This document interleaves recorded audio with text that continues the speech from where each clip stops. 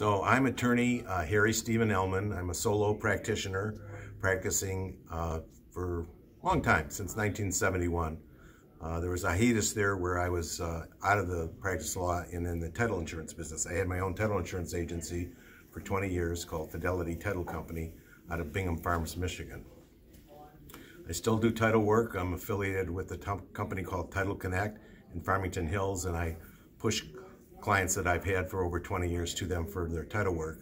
But predominantly, I'm practicing law majority of the time. I'm here today to speak about the Seller's Disclosure Act of 1993 because I understand the audience consists of a lot of wholesale purchasers and flippers, and they need to be apprised of all of the ins and outs of the Seller's Disclosure Act. So I have handouts with bullet points about the Act, and then we're going to do a little pass out of a case that I actually was involved in, and attached to it is the Seller's Disclosure Statement is filled out by the flipper, and the 12-page opinion of the court. So we're going to have the audience try to guess, based on the Seller's Disclosure Statement and my complaint, whether I won or lost. So that's going to be the mystery of the evening. Speakers, so let's give them a really warm welcome. Thank you. So I'll blow my own horn, do my own introduction. I'm a solo practitioner. Been practicing since before a lot of you were born. 1971, I was sworn in, and practiced law for 20 years. And then I had an opportunity, became friends with the founder of now known as Flagstar Bank, who gave me an opportunity to open my own title insurance agency. So in 1987, in Bingham Farms and Telegraph Road, I ran Fidelity Title Company for 20 years and didn't practice the liquor law. And then in 06, and things started happening with the economy and underwriters were getting rid of agents, I found myself back in the practice of law, and I've been practicing full steam. I was just in Oakland County Circuit Court this morning, as a matter of fact. So I'm located in Farmington Hills. I have business cards for you, but my contact information you'll find on page 3 of the Seller's Disclosure Statement bullet points. So what I want to do is I want to go through these bullet points with you. I try to keep it as not so technical and just kind of hone in on the important aspects of the Seller's Disclosure Act of 1993.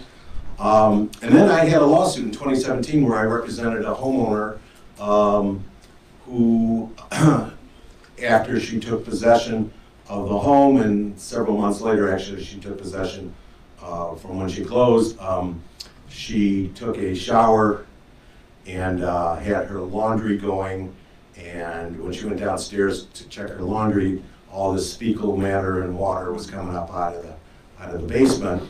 So she had me sue the person who sold the company that sold her the house. That was the proverbial wholesaler, flipper. You know, he did make some cosmetic changes and whatnot. So you'll see in the next packet, and I want to give it to you now because I want you, we're going to kind of take a vote as to what happened with my lawsuit, and there's a 12-page opinion. Did I win or did I lose? And so we're going to get to that part 2. So part 1, let's take a look at the, I like this podium.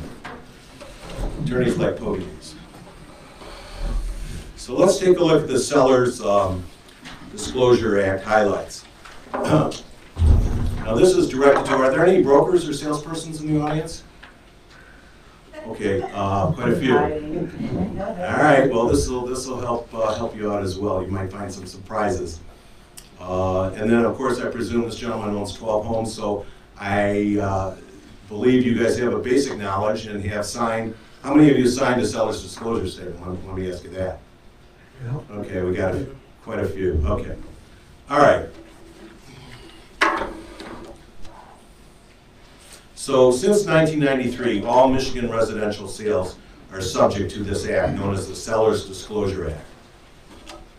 All sellers of residential properties are defined as 4 or fewer dwelling units, must deliver to the prospective buyer prior to, I don't need these glasses, prior to execution of the sales agreement, the statutory form, the Seller's Disclosure Statement, which I will be giving you in your next packet.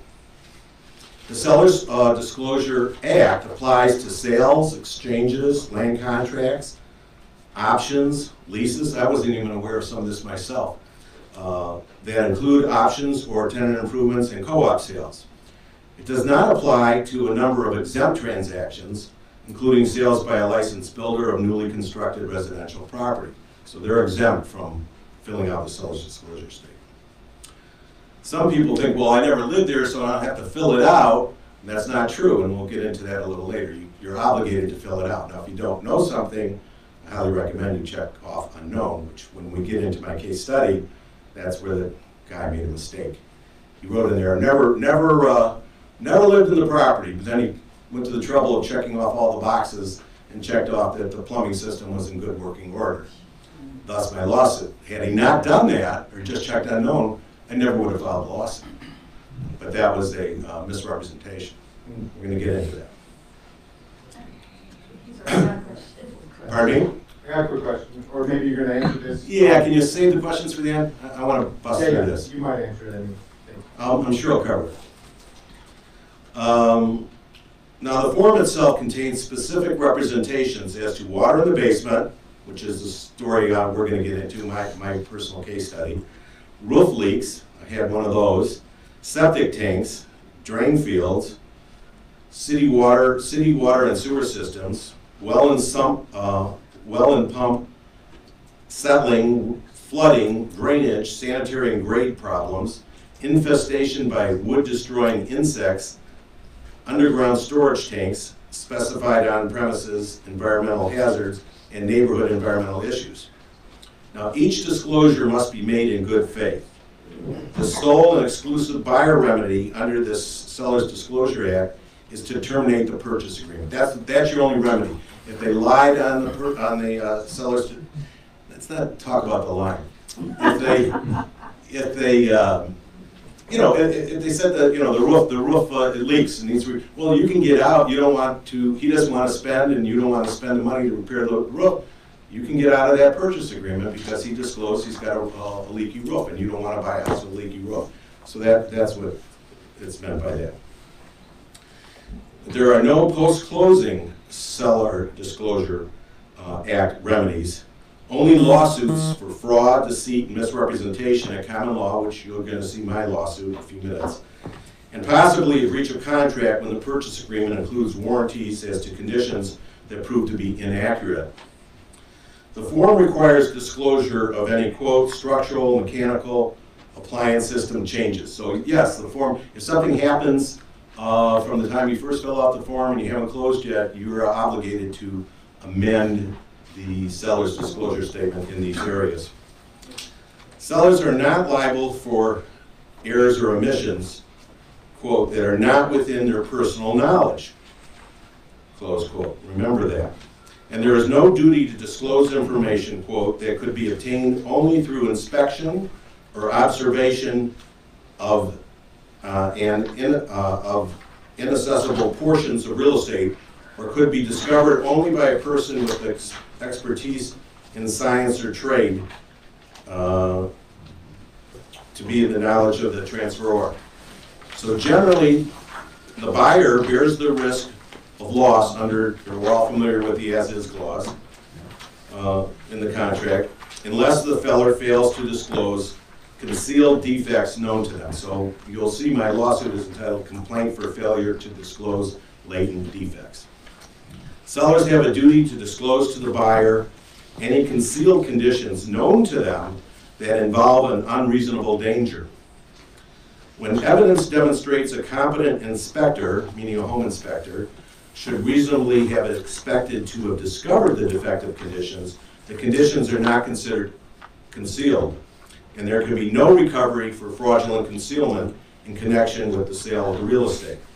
And if it was clearly visible to a good, skilled home inspector.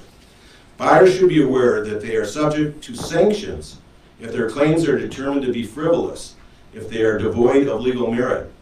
I came across a lawsuit, the buyer who brought the suit against the seller for failure to disclose, etc., in violation of the of common law, it was so frivolous that the court awarded the seller $40,000.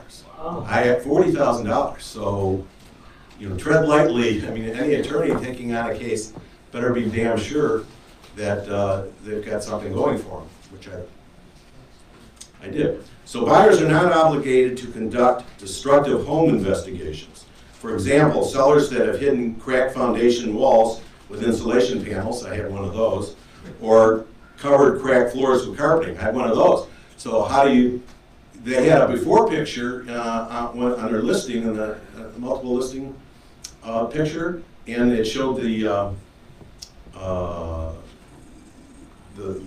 was no carpeting, and so it showed there was like a blank floor, but it didn't like zero in on the fact, so they carpeted because there was a huge crack that went right across the, you know, the center of the floor. So we had some good proof that there was an intentional concealment when we laid down the carpeting. Fraud claims require a higher standard of proof than a mere preponderance of the evidence.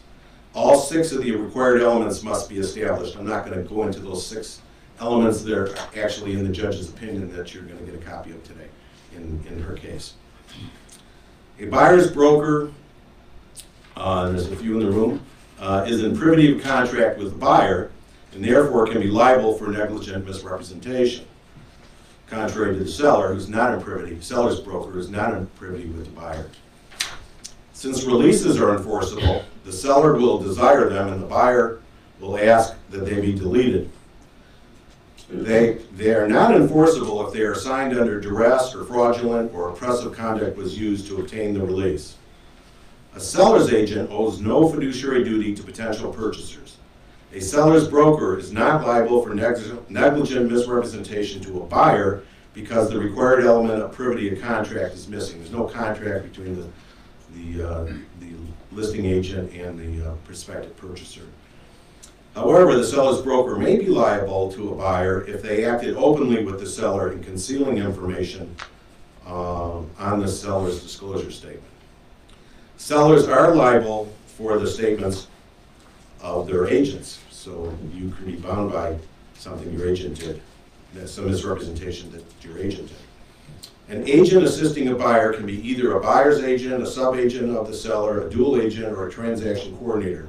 Buyer's agents obviously owe fiduciary duties to the buyers. A dual agent can obtain a contractual waiver as to fiduciary duties, which is understandable given the potential conflicts.